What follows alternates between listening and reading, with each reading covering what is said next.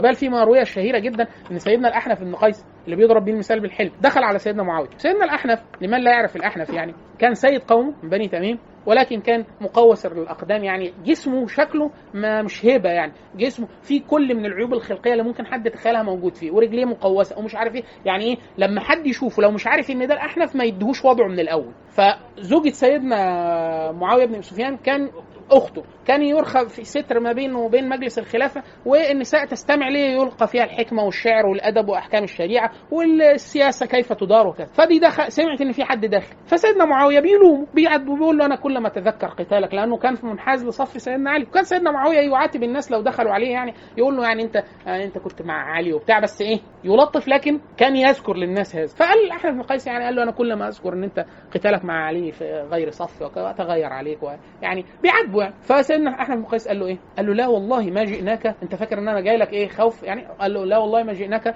رغبا ولا رهب، يعني انا مش عايز منك حاجه ولا خايف منك، والسيوف والقلوب التي ابغضناكم بها ما زالت في صدورنا، والسيوف التي قاتلناكم بها ما فتئت في ايدينا، وان تعودوا للحرب مشيا نعود اليها هرولا. وتركه ومشى ومضى، اداله ظهره وراح مع خارج ولا استاذن ولا بتاع. وسيدنا معاويه لم يجيب عنه بكلمه، كلموش خالص. فاخته اخت سيدنا معاويه قالت فمن هذا الذي يعني يجابه الخليفه بهذا ولا يرد عليه الخليفه ولا بكلمه؟ فراحت كشف الستار وبس تشوف الف نظرت فاذا رجل فيه من كل عيب نصيب، يعني حتى ايه يعني مش هيبه مثلا اقول طب مثلا كان ضخم طويل مقاتل بتاع، لا. فقالت له من هذا مين ده يعني؟ فسيدنا معاويه سكت فقال هذا الاحنف بن قيس الذي اذا غضب له 100,000 سيف من بني تميم لا يعلمون فيما غضب. يعني هم يغضبوا له ويحاربوا معاه ومحدش ليه؟ عارف لما يكون واحد معاك في المدرسه يكون طيب قوي قوي وبتاع مش عارف ايه، وتلاقي حد يتخانق معاك مش هتساله، ده يقول لك ده ما يزعلش قطه، ده ما دام هو بيتخانق يبقى هو ايه. فقال لها هذا الاحنف بن قيس الذي اذا غضب له 100,000 سيف من بني تميم لا يعلمون فيما غضب، ده حاربوا معاه وبعد كده قولوا له انت كنت زعلان ليه بقى؟ مش عشان الناس اللي احنا حاربناهم وقتلناهم ليه؟